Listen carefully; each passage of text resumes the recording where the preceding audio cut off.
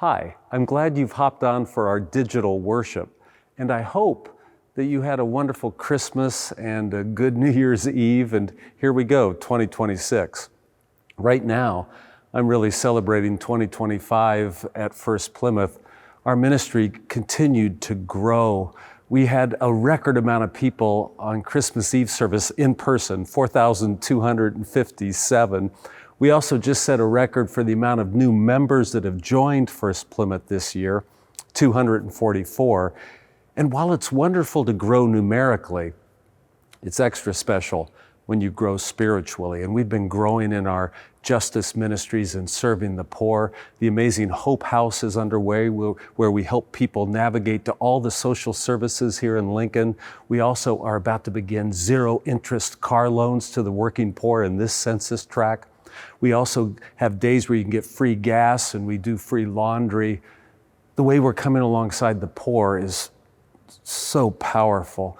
We also are part of Justice in Action, where the communities in Lincoln, the churches combine to work on larger justice issues like affordable housing. We have an indigenous working group working with some Native American groups in town. We have groups that are serving at all the nonprofits.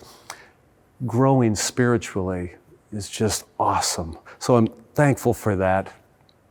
And listen, I want to take us to a YouTube that was actually done about 4 or 5 years ago.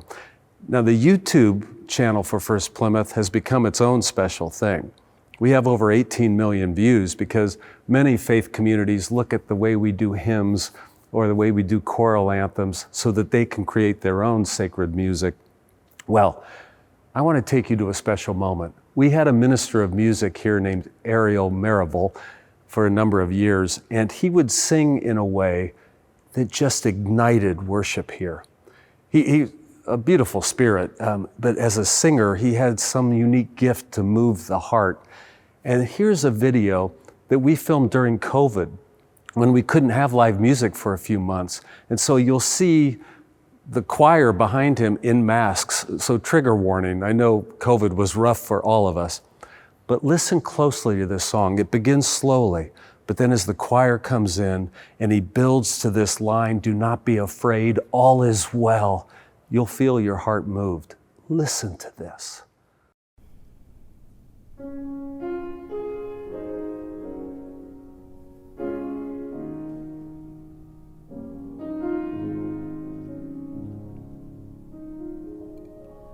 I shall not fear the arrow by day, nor shall I fear the terror by night. The God who governs angel armies has set encampments around me. Whom shall I fear?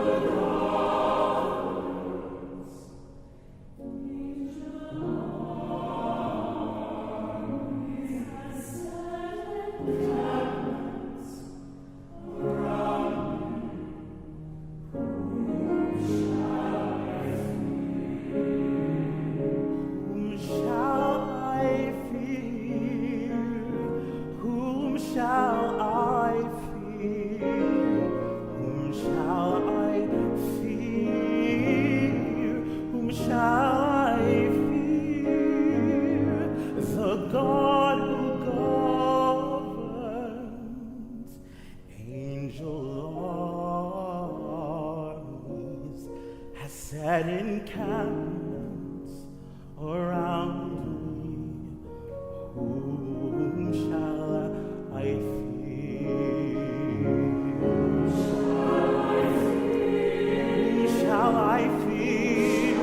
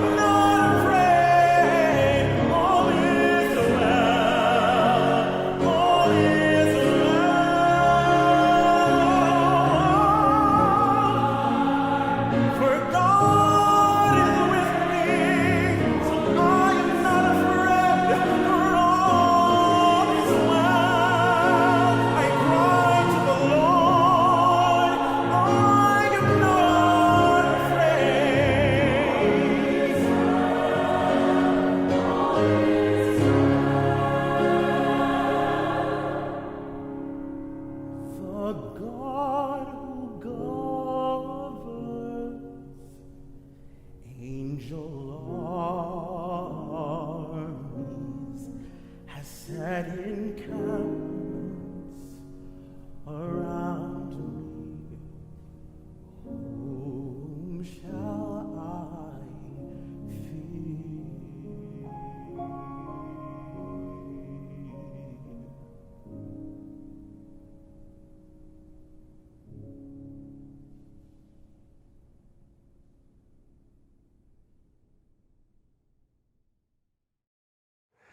So if you go to First-Plymouth's website and you hit About Us, you might find your way to the guiding principles here at First-Plymouth. I just wrote these. They're not some official document. I just was trying to describe our congregation. And the first guiding principle is pretty simple and obvious. We are Christian.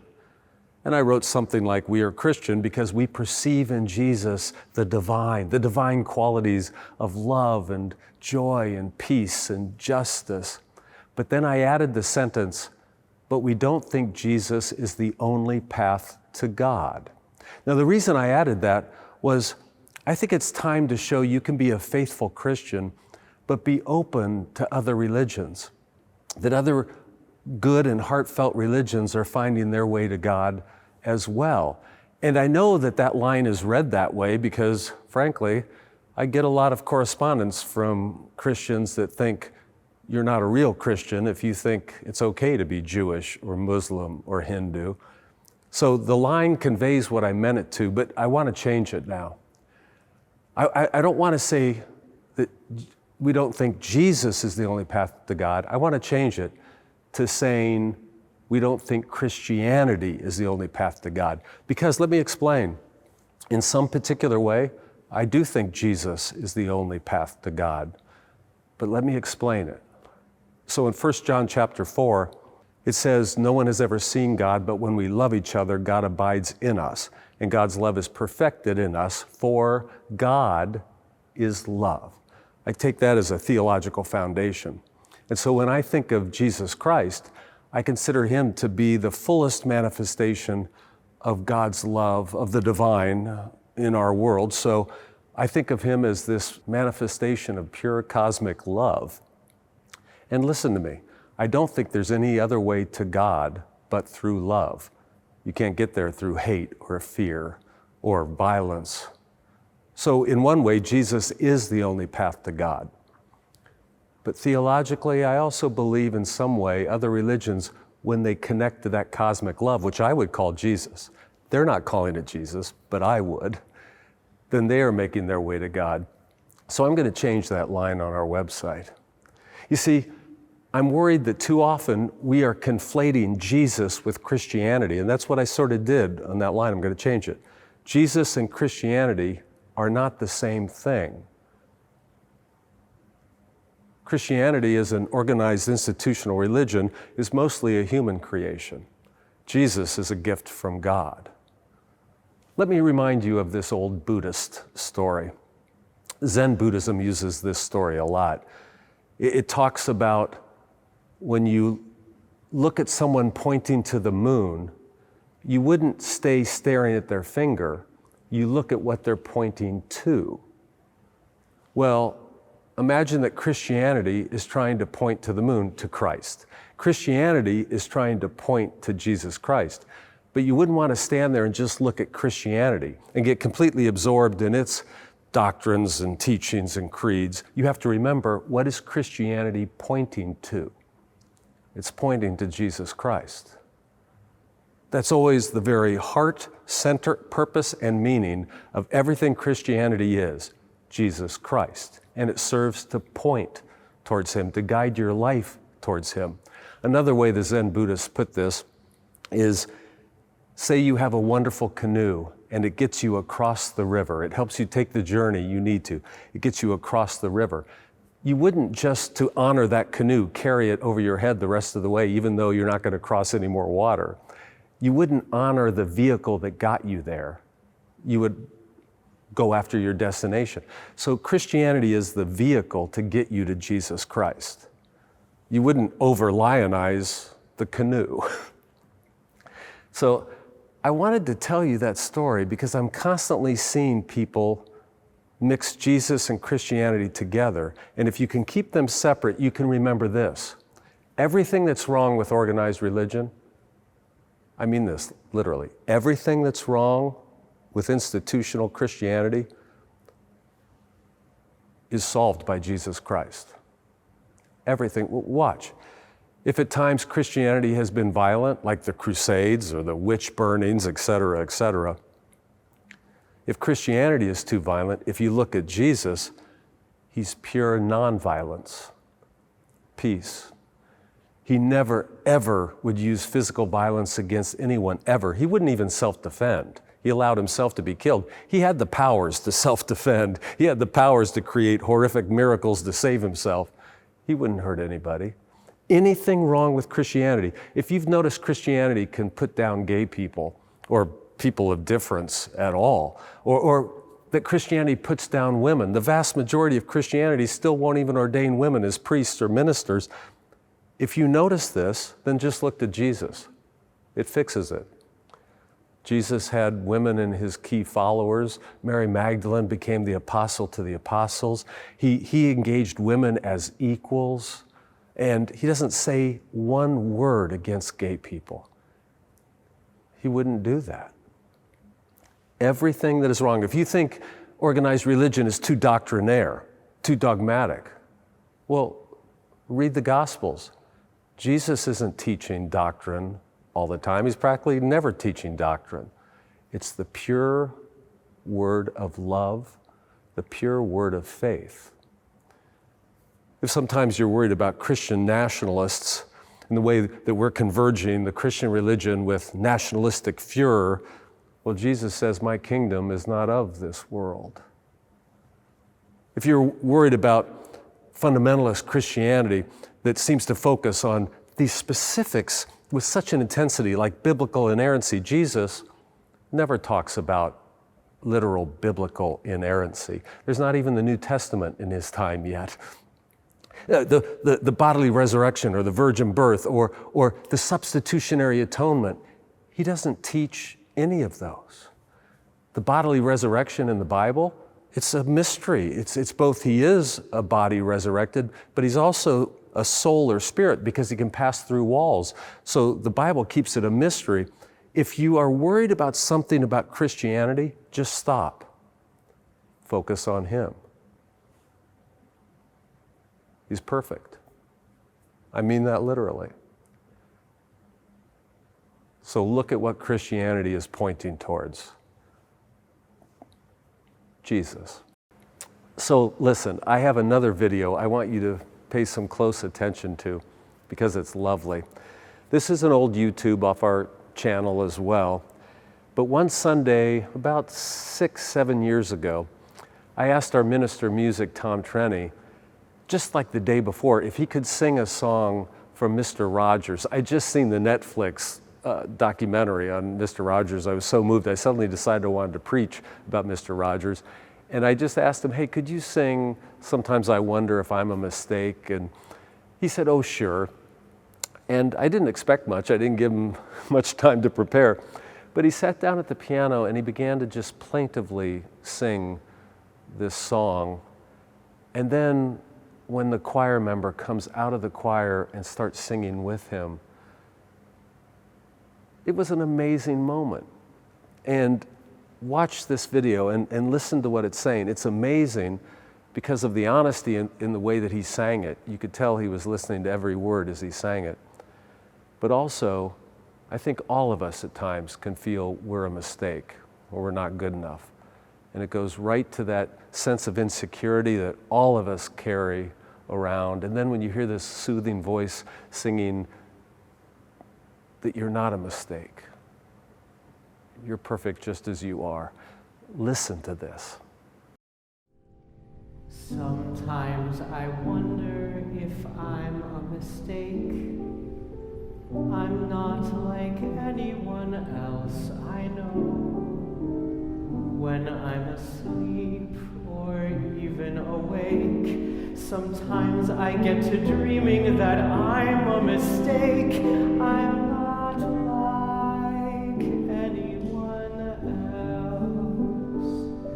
Others Others I know are big and are wild. I'm very small and quite tame.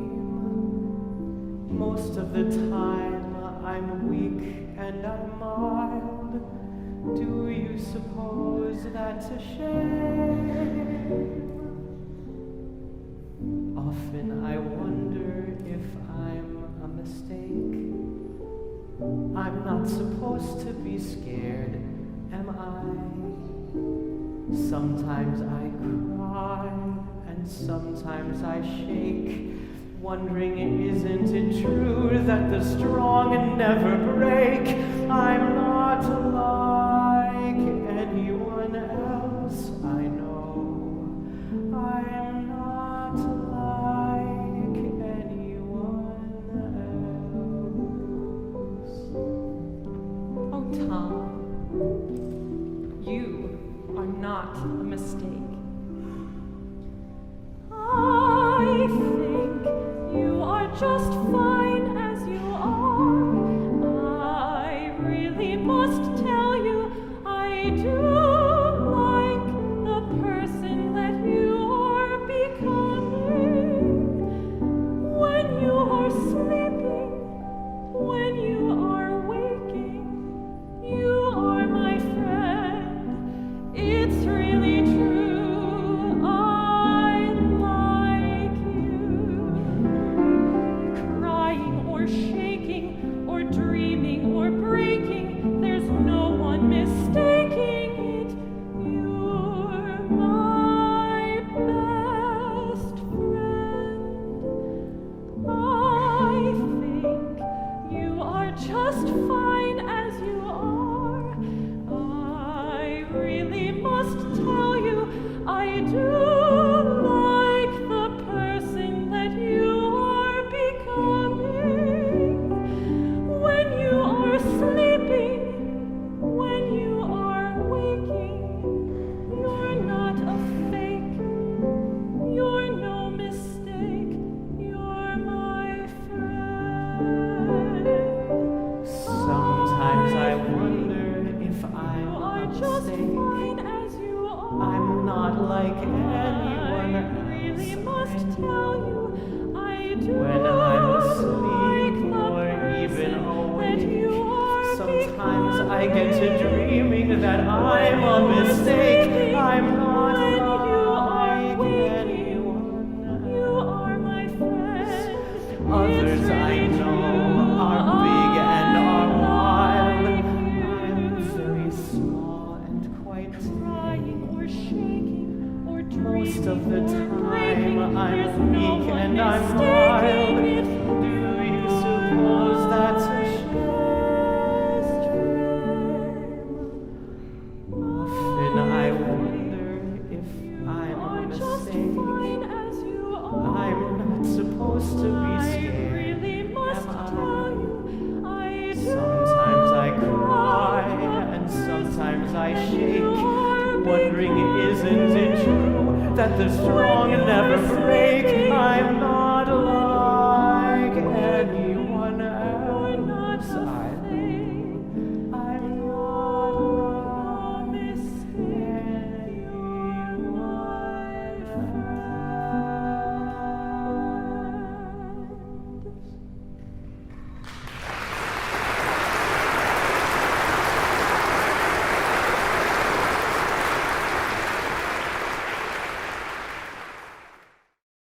Friends, before I bless you, I know Jim was talking to you about the Hope House. I want to extend an invitation to you. Maybe you haven't seen the Hope House. Send me an email. We'll love to show you the Hope House. Or maybe you just want to know more about the Hope. What are you all up to? Oh, send me an email and ask me about it. We can set up a coffee, or maybe we'll have a conversation over the phone. Let's together connect to this exciting ministry of First-Plymouth in 2026. Now, friends, God has been manifested all around us. The love of God manifested, the light of Christ manifested. You be that light. You be that manifestation.